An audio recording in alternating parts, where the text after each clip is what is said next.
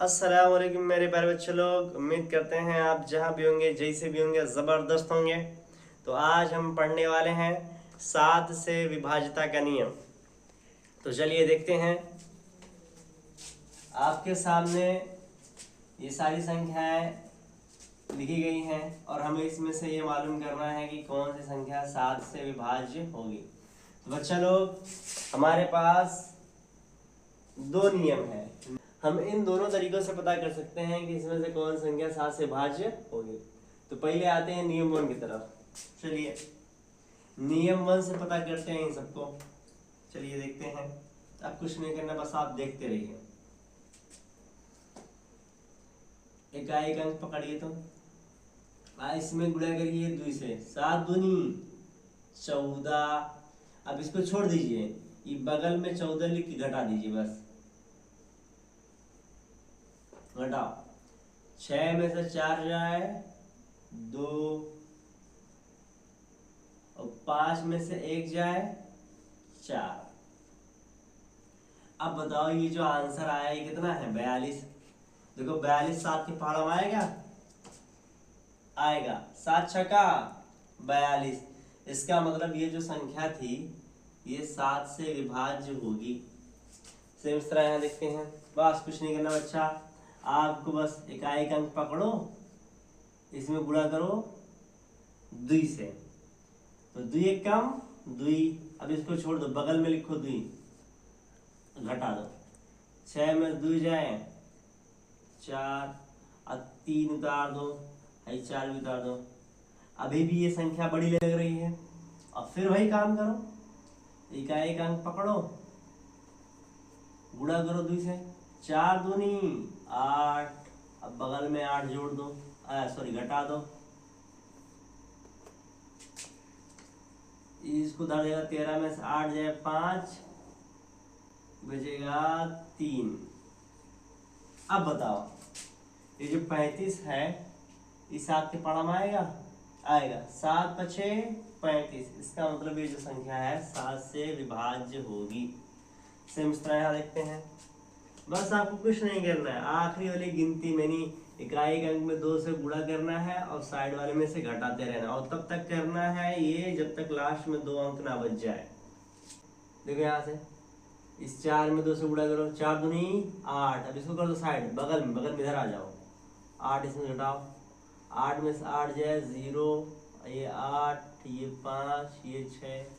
फिर वही काम करो, इसमें 0 2 से गुणा करो, 2 शून्य 0, ये 8 उतार दो, ये 5, ये 6। फिर वही काम करो, इसमें 2 से गुणा करो, 8 दूनी 16। तो ये 15 में 6 जाए 9, और ये बचेगा 5 में से 1 जाए 4।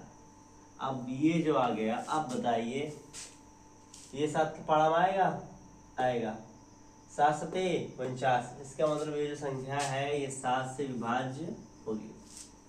तो कुल मिला के बस आपको एक ही काम करना है कि इकाई के अंक में 2 से गुणा करना है, फिर साइड में सभी अंकों से घटा देना है। और ये चीज़ आपको बार बार करनी है तब तक जब तक लास्ट में 2 या 1 अंक ना बच जाए। फिर आप वहाँ पहाड़ा पढ़ के देख लेंगे, अगर उस पहाड़ 7 के पहाड़े में आएगा तो समझ जाना वो 7 से विभाज्य होगी, अगर नहीं आएगा तो नहीं होगी। बात समझ आई? तो चलिए देखते हैं आगे। बच्चा लोग अब देखते हैं आगे। तो आपके सामने आप देख सकते हैं ये चौथा सवाल, ये 5वां सवाल। अब जो संख्या है काफ़ी बड़ी बड़ी दी गई हैं। तो अब अगर हम इस सवाल को इस पहले वाले रूल से लगाना चाहें तो लगा तो सकते हैं, लेकिन बहुत ज़्यादा लंबा भी जाएगा और टाइम भी बहुत लेगा। इसलिए जब आपका सवाल कभी भी 5 अंक से बड़ा हो, यानी 5 अंक तक हो तब तो आप इससे लगा सकते हैं, लेकिन जब 5 अंक से ज़्यादा बड़ा हो, 6 अंक आ जाए, 7 या फिर 10 12 20 अंक आ जाए, तो आप फिर इसको एकदम ट्राई मत कीजिएगा, फिर आप इस विधि से लगाएंगे, क्योंकि ये वाली तब आसान रहेगी आपके लिए। तो चलिए अब हम इससे इस सवाल को देखेंगे कि ये जो है 7 से विभाज्य होगा कि नहीं। पहले इसको देखते हैं। ये आपका है सामूहिक विधि, यानी समूह बनाना आपको 3 3 का। देखो कैसे, आपको पीछे से 3 का समूह बनाना है। चलो समूह बनाओ।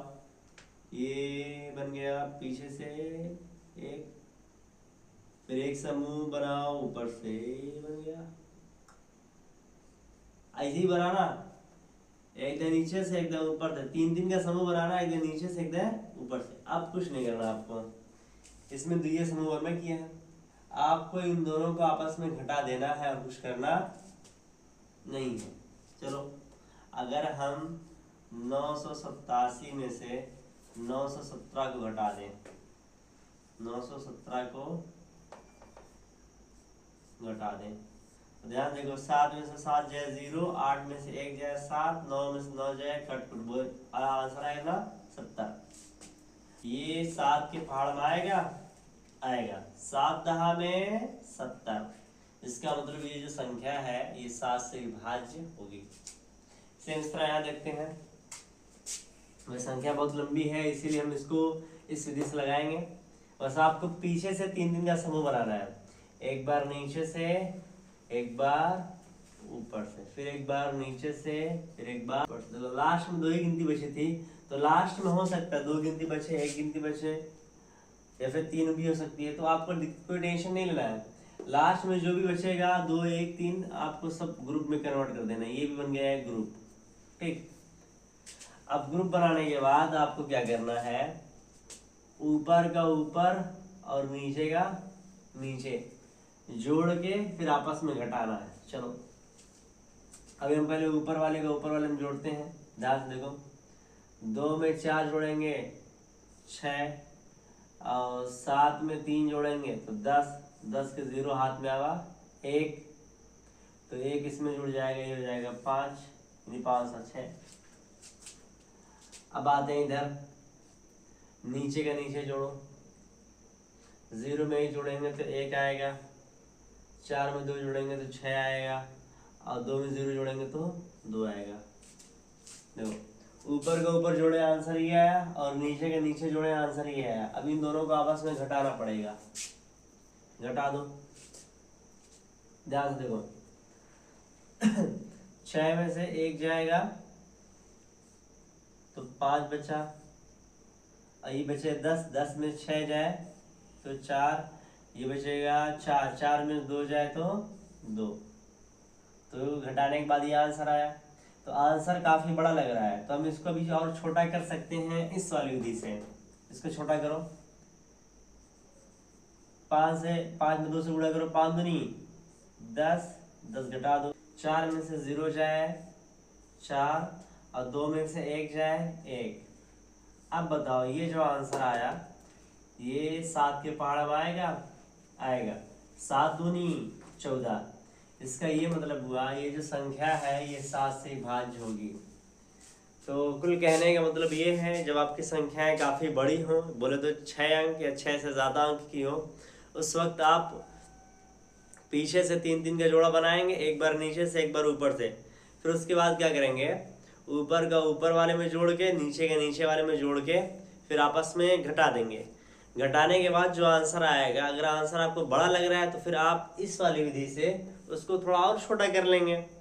फिर जब 2 अंक या 1 अंक बच जाएगा तो आप वहाँ 7 का पहाड़ा पढ़ के देख लेंगे कि वो संख्या 7 के पहाड़ा में आती है कि नहीं। अगर 7 के पहाड़ा में आएगी तो बस आप समझ जाइए कि वो संख्या 7 से विभाज्य होगी। उम्मीद करते हैं आपको ये वीडियो पसंद आई होगी। मिलते हैं अगली वीडियो में, तब तक के लिए थैंक यू, बाय बाय मेरे प्यारे बच्चा लोग।